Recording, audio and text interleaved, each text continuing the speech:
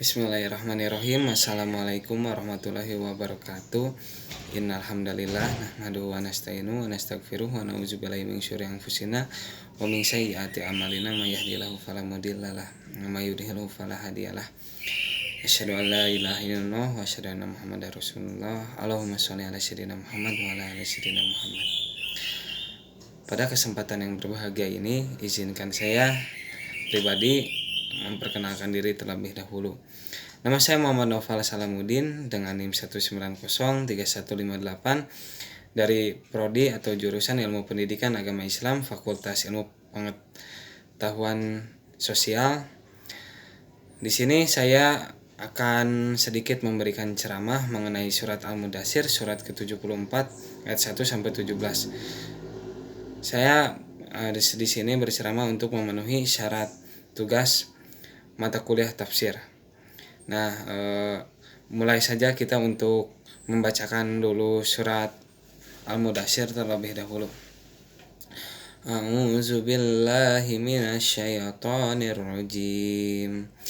Bismillahirrahmanirrahim.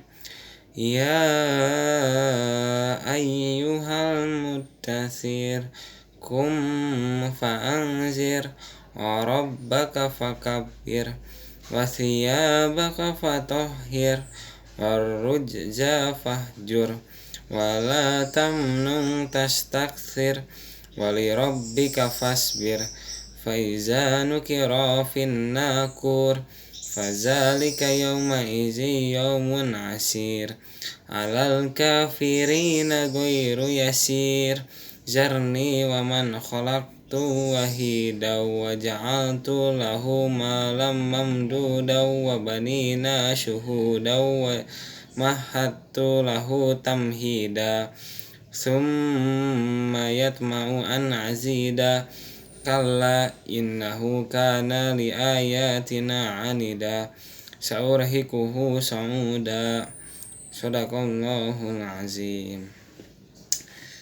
Nah, sekarang kita bacakan artinya satu persatu.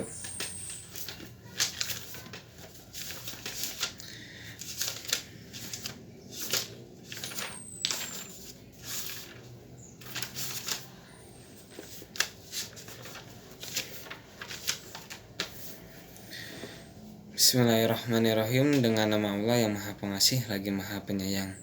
Ya ayyuhal muddaththir, wahai orang yang berkemul berselimut, kum fa'anzir, bangunlah lalu berilah peringatan. Nah, jadi di sini orang yang berkemul itu atau berselimut itu yaitu Rasulullah Shallallahu Alaihi Wasallam. Mengapa Rasulullah disuruh bangun lalu beri peringatan? Nah, karena ini Allah menyuruh Rasulullah SAW untuk berdakwah secara terang-terangan, karena sebelumnya Rasulullah berdakwah secara sembunyi-sembunyi karena takut oleh orang-orang kafir Quraisy. Nah, lalu ayat selanjutnya,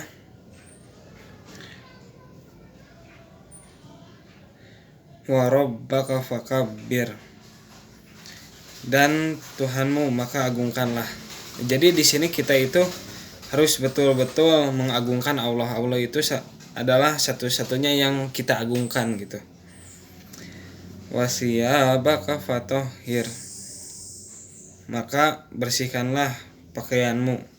Nah, jadi di sini itu selain kita harus bersih secara jiwa atau rohani, kita juga harus bersih secara pakaian gitu di luar kita, karena kita ini pakaian itu mencerminkan isi hati kita gitu. Jadi sebelum kita membersihkan yang ada di dalam hati kita, kita bersihkan dulu pakaian kita apakah sudah bersih atau belum, karena kan kebersihan itu sebagian daripada iman. Nah, untuk mencerminkan iman itu sendiri, kita harus membersihkan pakaian kita.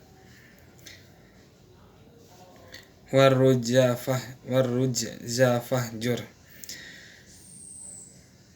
dan tinggalkanlah segala perbuatan yang keji. Nah, jadi Allah menyuruh kita untuk menjauhkan diri daripada maksiat bukan hanya bulan Ramadan saja kita menjauhkan diri dari maksiat, tapi setiap hari, setiap bulan selain Ramadan itu kita harus menjauhkan diri dari hal yang maksiat atau perbuatan keji.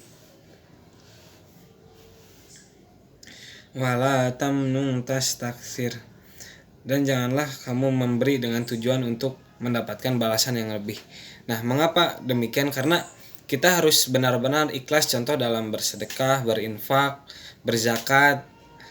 Kita harus betul-betul ikhlas karena mengharap ridho Allah gitu, bukan mengharap bahwa kita akan mendapatkan yang lebih, walaupun Allah emang berfirman dalam Al-Quran bahwa kita itu bila berinfak maka akan dilipatkan hingga 700 kali lipat ataupun lebih. Maksudnya itu kita ganjaran dari Allah, tapi bisa saja itu berupa balasan di akhirat ataupun kita diselamatkan dari kecelakaan gitu.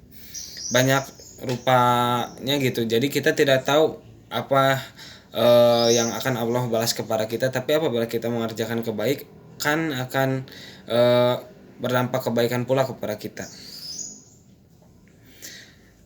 Nah, lalu wali rabbika fasbir, dan karena Tuhanmu bersabarlah. Nah, karena di sini Allah pasti akan menguji Rasulullah pada saat berterang-terangan berdakwah, karena waktu itu kaum Quraisy masih membenci Rasulullah SAW.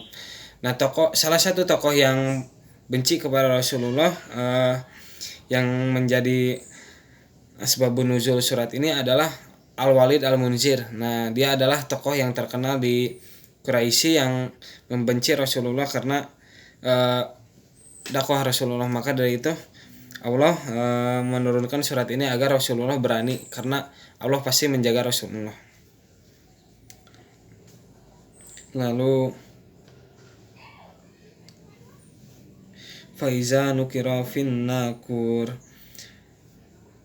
maka apabila ditiup sangkakala. Nah, ini sebelum kiamat ditiup dulu sangkakala oleh malaikat Israfil. Fazalika yauma izi yaumun asir, maka pada hari itu adalah hari yang sulit. Alal kafirina ghairu yasir, atas orang-orang kafir tidak mudah. Nah, maksudnya kan nanti setelah kiamat akan ada hari pembalasan, ada pula hisab. Nah, jadi orang kafir di alam akhirat mereka itu pasti akan gelisah, takut akan perhitungan dia gitu, merasa ya itu akan pergi kemana tapi tidak bisa gitu, serba sulit untuk dia di akhirat kelak. Zarni waman khalaqtu wahida, biarkan aku bertindak terhadap ciptaan yang aku sendiri telah menciptakannya. Jadi Allah nanti akan bertindak langsung, atau ya jadi orang kafir itu tanggung jawab Allah untuk memperlakukan mereka bagaimana nanti di akhirat gitu. Jadi kita jangan sampai ya kepada orang kafir itu ya kita tuh dendam atau bagaimana, nanti juga di akhirat bakal ada balasannya gitu, Allah yang akan membalasnya gitu. Sehingga di sini pun disebutkan terhadap orang yang aku ciptakan sendiri gitu. Jadi yang Allah ciptakan sendiri gitu, orang kafir itu. Waja'altu lahu malam mamduda, dan aku jadikan baginya harta yang banyak. Nah, orang kafir itu diberi harta yang banyak tapi mereka tidak berpikir gitu, tidak saya diberi kekayaan ini untuk dipakai kemana gitu hartanya. Mereka hanya bersenang-senang gitu, menikmati, seakan-akan mereka itu hidup selamanya gitu di dunia gitu dengan kenikmatan yang telah diberikan oleh Allah. Wabanina syuhuda, dan anak-anak yang selalu bersamanya. Dan mereka diliputi oleh keluarga atau orang-orang yang mereka sayangi gitu. Jadi hidup di dunianya mereka damai, ada keluarganya gitu, merasa aman. Wa mahatulahu tamhida, dan aku lapangkan baginya selapang-lapangnya.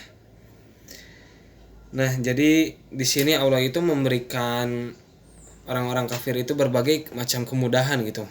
Kan banyak kita lihat orang-orang sukses di luar sana, orang-orang kafir yang bisa ke luar kota, bisa ke luar negeri, bisa menjelajahi dunia gitu. Seakan-akan hidup mereka itu mudah gitu. Nah, emang itu sebetulnya ujian dari Allah. Ujian yang paling berat itu berupa kenikmatan, karena oleh kenikmatan itu kebanyakan manusia lupa terhadap yang memberinya, yaitu Allah Subhanahu wa taala. Summayat mau an azida. Nah, kemudian dia ingin sekali bahwa Allah menambahnya. Ya, jadi dia itu udah diberi oleh Allah berbagai kenikmatan, kemudahan dan lain sebagainya, tapi masih merasa kurang gitu di dalam hatinya, ingin lebih. Maka Rasulullah pun dulu dalam hadis Rasulullah,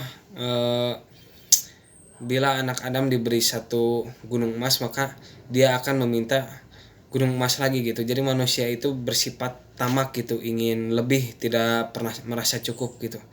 Maka dari itu Islam mengajarkan sifat qanaah atau merasa cukup. Maksudnya kita itu bersyukur apa yang telah diberikan oleh Allah gitu, tidak mengingkari yang telah diberikan sehingga meminta yang lebih. Kala innahu kana li ayatina anida. Sekali-kali tidak, sungguh dia telah menentang ayat-ayat kami.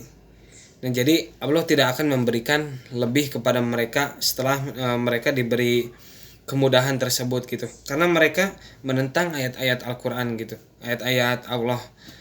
Jadi pada saat zaman dulu orang kafir Quraisy banyak yang hidupnya serba mudah, tapi oleh Rasulullah didakwahi mereka menentang gitu. Nah, padahal kan harusnya mereka itu berpikir gitu, ya saya diberi kekayaan ini ya pasti dari Allah Tuhan semesta alam gitu. Lalu Rasulullah mendakwahinya harusnya kan menerimanya gitu, ini malah menentang. Maka dari itu Allah menolak gitu untuk memberikan mereka lebih lagi gitu. Saurhiquhu sa'uda. Aku akan membebaninya dengan pendakian yang memayahkan.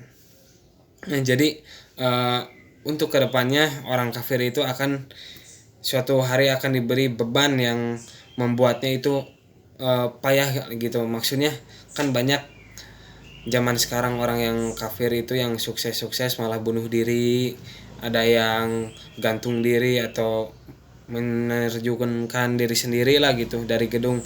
Nah, itu pertanda dia itu tidak tenang hidupnya, walaupun harta banyak gitu, tapi merasa bebannya tuh berat gitu, beban hidupnya. Nah, ini sesuai dengan firman Allah yang disebutkan, dan aku timpakan kepadanya dengan pendakian yang memayahkan. Jadi seakan-akan hidupnya itu berat, padahal serba mudah tapi dirasa berat gitu, sehingga mengakhiri hidupnya. Nah, itu hanya baru di dunia, belum nanti di akhirat kelak. Nauzubillah summa nauzubillah.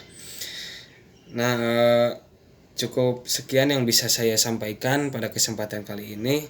Semoga ada manfaatnya. Jangan lupa untuk like, comment, dan subscribe. Jangan bosan lihat saya di layar ini. Semoga bisa bermanfaat untuk saya pribadi juga. Wabillahi taufiq wal hidayah. Wassalamualaikum warahmatullahi wabarakatuh.